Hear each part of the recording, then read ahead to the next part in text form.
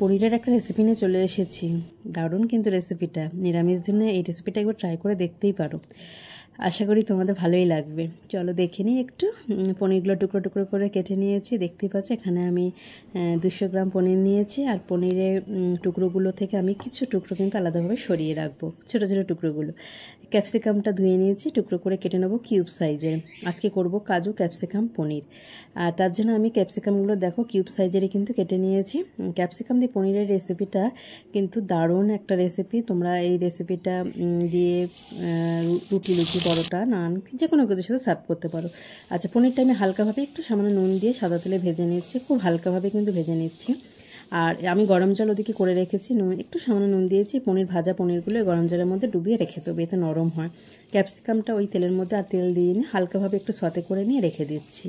আর এরপর আমি মশলার জন্য আমি নিয়েছি একটু আদা, কাঁচা লঙ্কা আর পনিরের টুকরোগুলো দিয়ে খুব ভালো করে এটা আমি মিক্স করে বেটে নেব। আর গরম মশলা নিয়ে নিয়েছি, লবঙ্গ, এলাচ, দারচিনি আর সামরিচ আর একটু জায়ফল।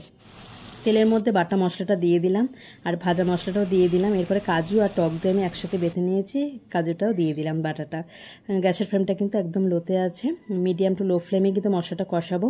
আর এরপরে একটুখানি মিক্সি ধোয়া জলটা দিয়ে দিলাম, দিয়ে খুব ভালোভাবে কিন্তু এই গ্রেভিটা মশলাটা আমি ভালো করে কষিয়ে নিলাম। এরপরে এই ভাজা যে পনিরগুলো জলের মধ্যে ডুবিয়ে রেখেছিলাম সেই পনিরগুলো আমি দিয়ে দিলাম আর ক্যাপসিকামটাও দিয়ে দিলাম। আর এটা একটু ফুটবে, মাখা মাখা হবে, তারপরে কিন্তু আমি নামিয়ে নেব। আর যে মশলাটা আমি দিয়েছি গরম মশলাটা, ওটার জন্য কিন্তু বেশি ভালো লাগছে। আর লাস্টেও কিন্তু আমি আরেকটু মশলা দিয়ে দেবো নামাবার আগে, আর একটু চিলি ফ্লেক্স দিয়ে দেবো ওপর থেকে ছড়িয়ে। আর কেমন লাগলো অবশ্যই তোমরা কিন্তু জানাবে। একটু মাখা মাখা হলেই নামিয়ে নেবো। এই রেসিপিটা কিন্তু খুব একটা ঝোল ভালো লাগবে না, গা মাখা হলেই ভালো লাগবে। আর রুটি, লুচি, পরোটা, নান, ফ্রাইড রাইস, পোলাওর সঙ্গে সার্ভ করে দেখো, একবার খেয়ে দেখো। আশা করি তোমাদের ভালোই লাগবে, আমার তো ভালো লেগেছে। তো কেমন হলো আজকে রেসিপিটা, আর এটা দিয়ে কী সার্ভ করছি একটুখানি দেখে নেবে নাকি? চলো, আজকে আমি এই যে দেখতেই পাচ্ছ এত সফট আলুর নান পরোটা দিয়ে আজকে আমি এই পনিরের রেসিপিটা সার্ভ করেছি। পনিরটাও যেরকম নরম, আর পরোটা, এই যে নান পরোটাটাও এত সফট হয়েছে, এত নরম হয়েছে যে কি বলবো।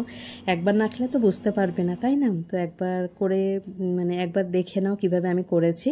এই যে দেখো আলু সেদ্ধ নিয়ে নিয়েছি, আলু সেদ্ধটা আমি হাত দিয়ে খোসাগুলো ছাড়িয়ে এরপরে ভালো করে কিন্তু এটা গ্রেটার দিয়ে গ্রেট করে নেব। এতে কি হয়, তোমার মেশাতে বা স্ম্যাশ করতে খুব একটা বেশি কষ্ট হয় না, এরকমভাবে আলুটা যদি গ্রেট করে নিই। এটা একটা ভালো উপায় কিন্তু।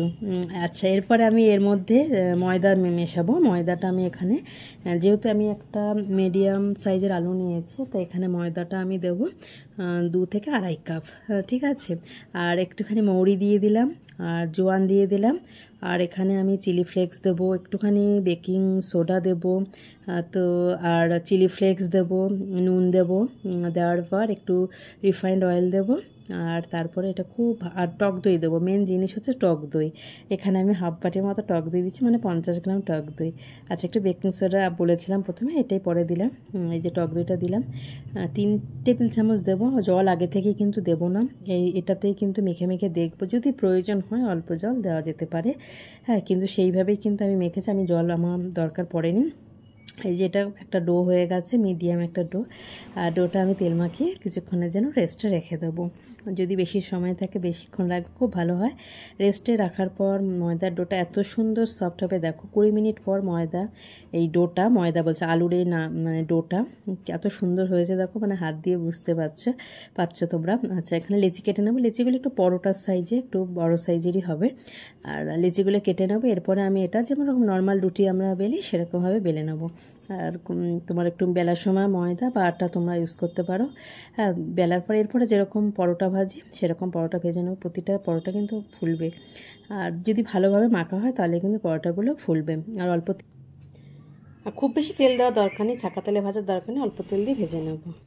আর রেসিপিগুলো ভালো লাগলে করে দেখতে পারো, আশা করি তোমাদেরও ভালো লাগবে। আর অনেক অনেক ধন্যবাদ তোমাদেরকে আমার ভিডিওগুলো দেখার জন্য। সবাইকে অনেক অনেক ভালোবাসা, অনেক শুভকামনা। সবাই খুব খুব ভালো থেকো, সুস্থ থেকো।